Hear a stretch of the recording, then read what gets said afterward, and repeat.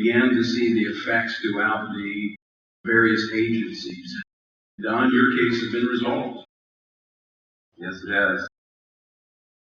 The way it is right now, there's the executive order resulted in a policy being issued by the Secretary of Agriculture that protects all free speech, and not just for private businesses, but also for the employees themselves to be able to feel free to share their convictions about moral issues and to have discussions and to treat it up for all of us. Caleb Dalton, that could change with an election. You just saw it just yesterday. I'm going to ask you about this. Just yesterday, Beto O'Rourke, trying to make headlines again. He's going after your guns. Now he's going after your God. I hope he finds it. I'm just reading. I'm not going to do any commentary. I'm just going to read it. CNN's Don Lemon, yesterday at a town hall meeting on inequality, or they call it equality. Reading this question, he said, in terms of belief. This is a quote. Do you think religious institutions like colleges, churches, charities should lose their tax-exempt status if they oppose same-sex marriage? O'Rourke, yes, without hesitation. That's what we're talking about here. That those who believe, like the three individuals here representing millions of Americans, they're those that want to actually take the tax exemption away from churches if they stand for what the Bible says about marriage. That's incredible, Tony. And first, thank you so much for having us and for the great work that you, FRC Action, do. It's incredible, the partnership, and we appreciate, again, your work on Don's case as well. But to have a candidate for office express that message of animus toward people of faith is shocking. It's shocking, especially in light of the fact that Georgetown study a couple years ago indicated that religious individuals, corporations, input into the economy over $1.2 trillion in benefits and charitable services that we provide. And for a candidate to attack those who are out there loving their neighbor, but have a mere disagreement over an important issue like marriage, but have a disagreement on viewpoints, that's not what America is about. America was founded on the idea that we can disagree, but we can get along. And we can disagree, but not have the government come in and impose its viewpoint on individuals to compel them to violate their conscience. That's what the individuals here on stage experienced, was the power of government coming in and trying to compel them to violate their conscience. And thankfully, under the current administration and through the court system, we've been able to obtain justice for these clients here. But you're right, that indicates the importance of how elections can matter. I want to turn this for a moment from the policy and political side to the very personal side. As Caleb has, we've worked with a number of individuals, men and women, and young people who have stood up for their faith. There are challenging times and moments in that. I'm just going to throw it up, whoever wants to grab this. I think there are those that are here today. You made reference to this. There are those that may be watching, but maybe they're not in a trial today, but they will. As we see the culture moving in the direction that it's going, there's going to come a day when we're all challenged to stand. And oftentimes, this is like reading the Bible. You see the outcome, you know, that was great. What happened in the middle? Those lonely moments where there's discouragement, and as Joanna, you said, questioning, should I have done this? Just be candid in there. Kind of those low points, so that people will know they're coming, but then, as the scripture says, joy comes in the morning. I would just encourage everyone in this room, all of us as Americans, but specifically as people of faith, to be willing to take the stand. When you believe in something, when something is at your core, that needs to be something that you are willing to put everything on the line for, and it is going to be difficult. There were very difficult moments. We have the great blessing of living in the United States of America and having a system, which was amazing in my case, where we can contend for our rights. And while we have that system, I think we need to do so, because it not only allows us to continue to live freely and live according to our convictions, but it allows everyone that freedom. And we are all better as Americans when everyone is free and when we can live together in a way where each person is consistent with what they believe.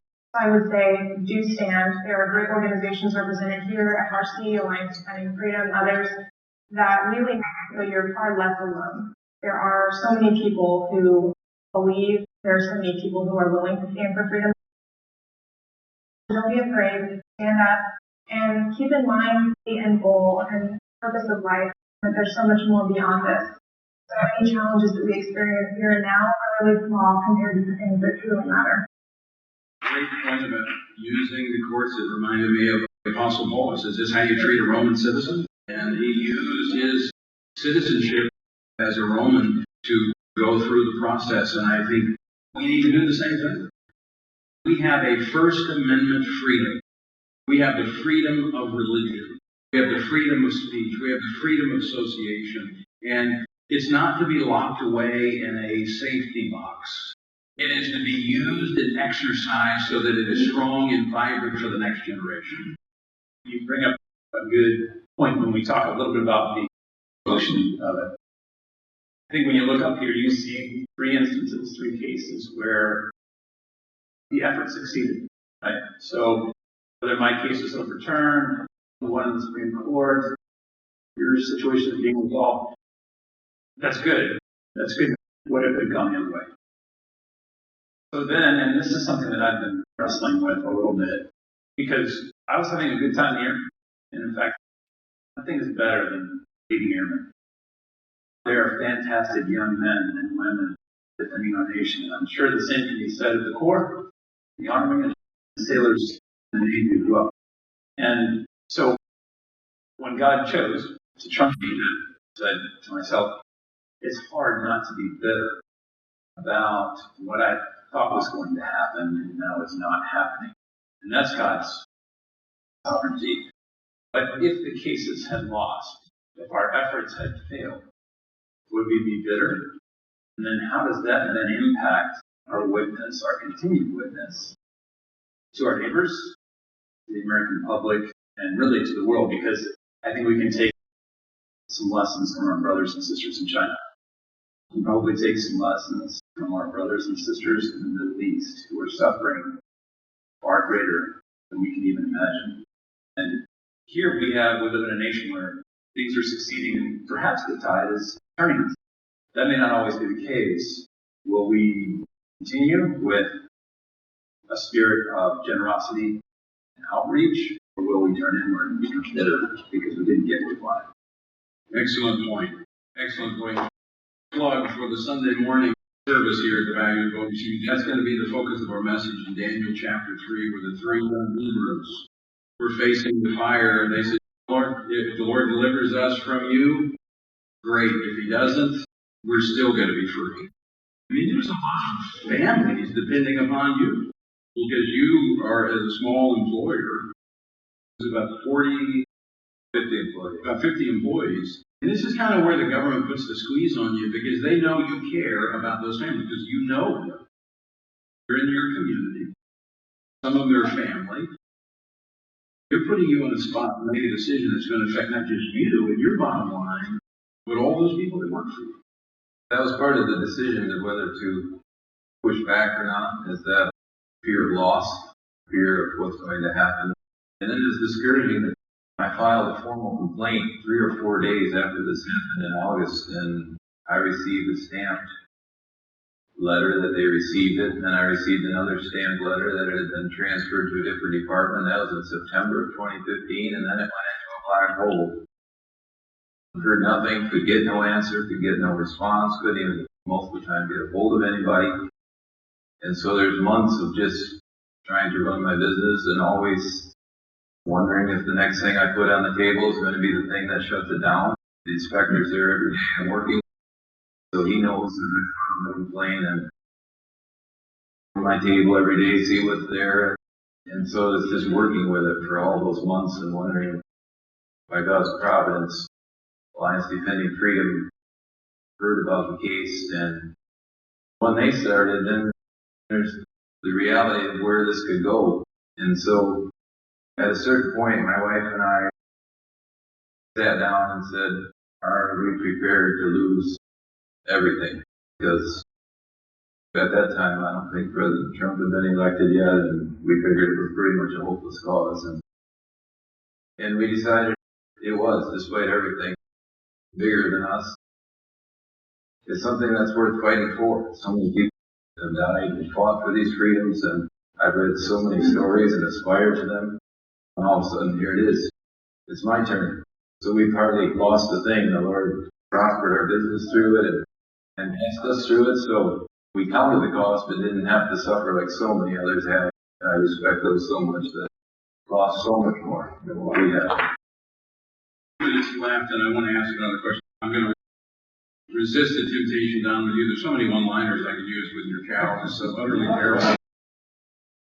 We talked about those low moments. There's one point during the episode that each of you went through that there was something that happened. Somebody did something. Somebody said something. You read something that was encouraging. And in a moment of darkness, there was a light that broke through that just encouraged you. When I found out that Mike Berry and First Liberty Institute, Mike Berry, Green, were not going to charge me for representation. I say that a little bit tongue in cheek, but it was, I'll go back to your earlier point. To know that someone who has the expertise, Mike Berry is a Marine reservist, so he knows military law very well, and he knows the issue very well. And so I got his name, he jumped in, voted for me. It was a huge relief to know not only that someone with expertise was there to help, but also someone of the same faith. He and his wife were praying right along with us. And that goes back to what we were saying earlier about consistently along the way, that whether it was through email or through a phone call or through face-to-face interaction, it's hard to nail down one specific high point because we were consistently getting lifted up. And that's good to know. That's why I want to kind of come out with this, is that the local church is such an important place, and pastors can be alongside. We've done these panels before, and pastors have played a critical role. But this is when we need to reach out, and we see someone going through this, to let them know they're not alone. We received a ton of support from our church, so that's really, really key. And from a lot of Christians, we received so many encouraging messages.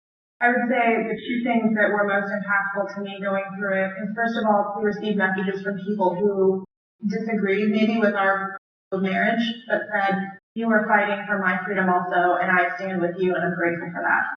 So that was incredible to see, that they saw the value of freedom and that we were fighting for all Americans. It was also encouraging to hear from other business owners of faith that said, I'm either in this business or I've been thinking about starting a business, I've been afraid to because of laws like this, and your case and your stand has given me courage to do that.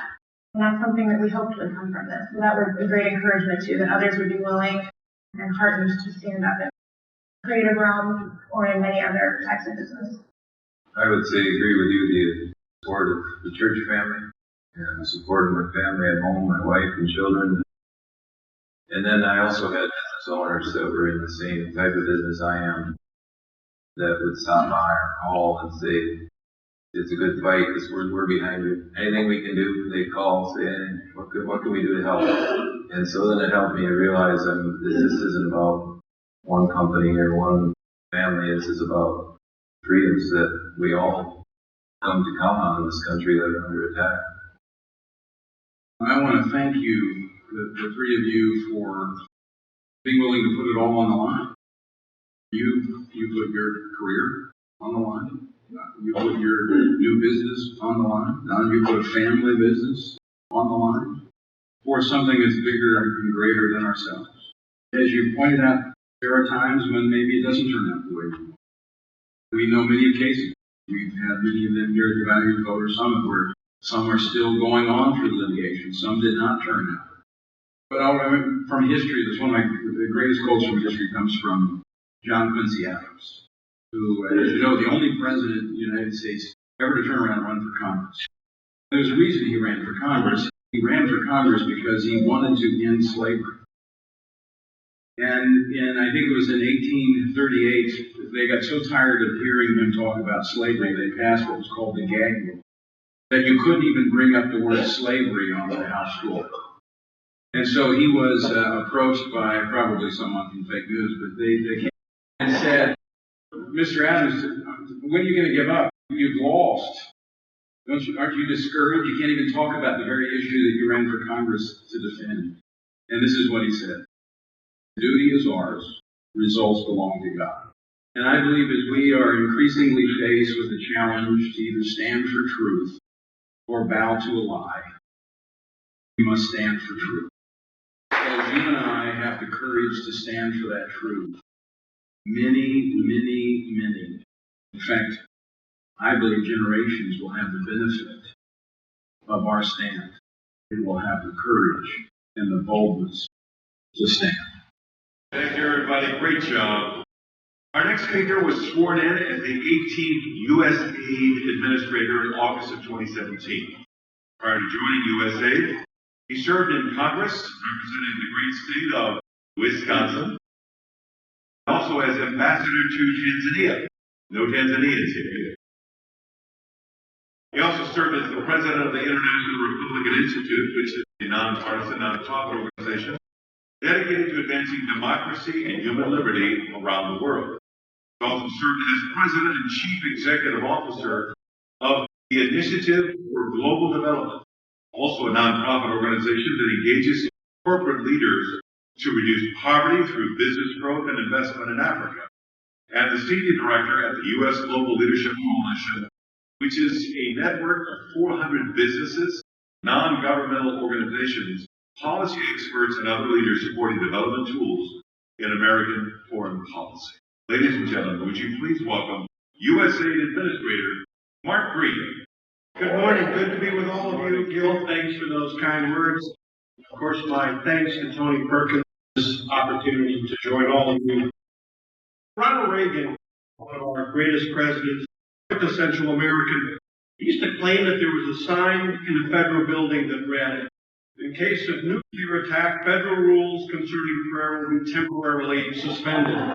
Of course, the Hitler would say that with a wink and a smile, but he was also making a serious and important point. In difficult times, we know that faith is a source of strength and inspiration. And that truth is woven into the fabric of American history. It's why our founding fathers gathered so often to pray during the difficult struggle for independence. They understood the importance of faith in people's lives, and they later sought to preserve it. Today, I am afraid that the Americans don't appreciate just how rare that freedom is. We all owe Tony Perkins a great debt of gratitude for his role in the U.S. Commission for International Religious Freedom. He is an unyielding voice for those who are persecuted because of their faith. We at U.S.A.I.D. proudly stand with Tony and his colleagues. The assistance that U.S.A.I.D. provides, it's an expression of American compassion, but it's also a reflection of our history and our values. We know that the free exercise of religion is what brought the first pilgrims to our shores. Ronald Reagan often spoke of his belief that America should be a shining city on a hill, an example of liberty for the rest of the world. Of course, he was borrowing from one of those same pilgrims, John Winthrop, who was in turn borrowing from the Gospel according to Matthew. U.S.A.I.D. works on religious liberty because we firmly believe that it's not merely an American value, but a universal one. Simply put, billions of souls all around the world feel strongly that their spiritual beliefs give purpose and meaning to their lives. And protecting each other's right to worship, it's really protecting each other's humanity. In today's world, too many people in too many places are attacked and persecuted merely for exercising this human right. In northern Iraq, ISIS has committed genocide against Christians and Yazidis and other minorities.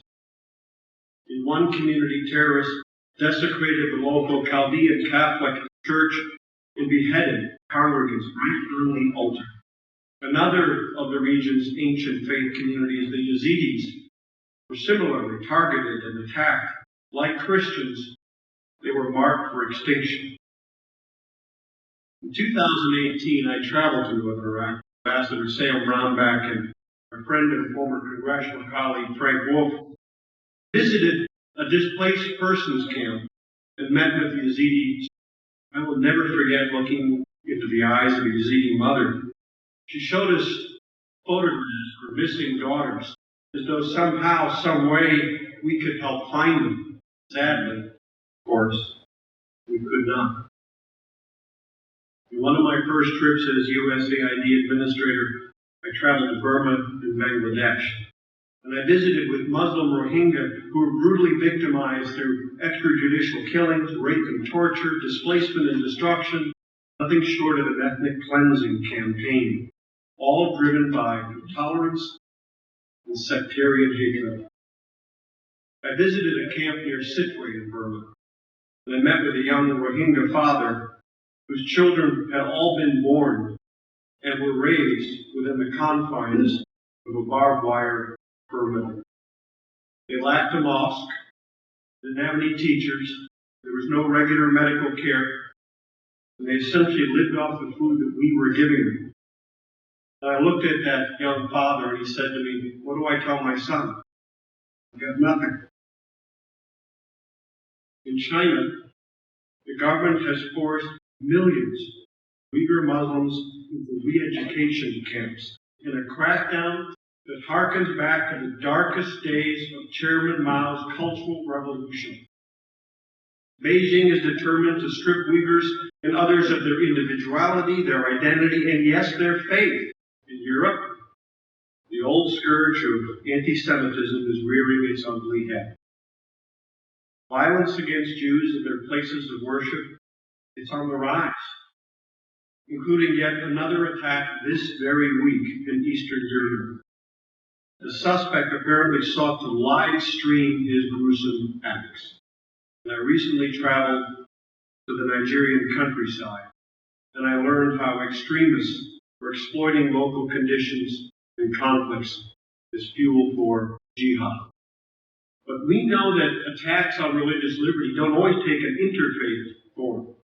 Sometimes they're simply efforts by an authoritarian regime to capture the community of faith, to bend it into surrendering its character and values for the tyrant's darker ends.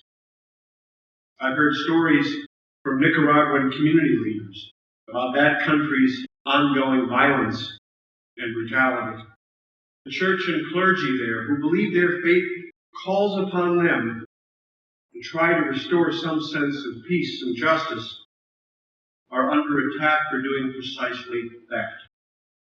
Because priests were unwilling to simply stand by as atrocities were committed by the regime, Daniel Ortega has called the Roman Catholic Church itself coup-mongers. Nicaraguans have told me how Ortega's paramilitary forces stormed the parish of the Reverend Gutierrez. Amid a hail of bullets, Father Gutierrez called a local radio station. Before breaking down in tears, he said, "They are defiling the churches. The government is killing us." On social media, Nicaraguan Bishop Baez pleaded, "The government of Nicaragua crosses the limit into what is inhumane and immoral. The international community cannot be indifferent." He's right. We cannot be indifferent. We must not be indifferent. And I'm here to reaffirm that the Trump administration will never be indifferent when it comes to the persecution of faith communities. My friends, we believe, as Vice President Pence has put it, an attack on one faith is an attack upon us all. At the UN just a few weeks ago, President Trump proclaimed, "We must all work together to protect communities of every faith." All over the world, U.S.A.I.D. is supporting programs to address religious hate speech and interfaith conflict, to promote the strengthening and enforcement of laws that protect religious freedom, and to increase the capacity of civil society. We aim to reinforce ethnic and religious pluralism where it has historically existed. Our work isn't about the content of faith. It's about the individual's right to freedom of conscience. That's the case in northern Iraq, and our efforts to restore at least some of what ISIS tried to destroy. Thanks to our President and Vice President, the U.S. Genocide Recovery and Persecution Response Program is already providing $400 million to help persecuted minorities. We're working with 77 local partners, 17 faith-based groups, and 35 international organizations, providing urgent relief and humanitarian assistance to devastated communities. In fact, I can announce today that we're extending our work. We're awarding a little over $5 million to a group of universities, including Purdue, Notre Dame, and Iraq's University of Duhok, to assess the agricultural damage done by ISIS that is impacting traditional cultural practices of persecuted communities. We're not using these funds to rebuild faith, nor will we be rebuilding mosques or shrines or churches, but we do intend to restore some hope to those who ISIS targeted for destruction. There's another way that U.S.A.I.D is working to protect religious liberty. It's through our efforts to unleash the power of faith-based organizations in our broader mission to lift lives. So many of these wonderful groups are answering the call to the faithful that is rung throughout history.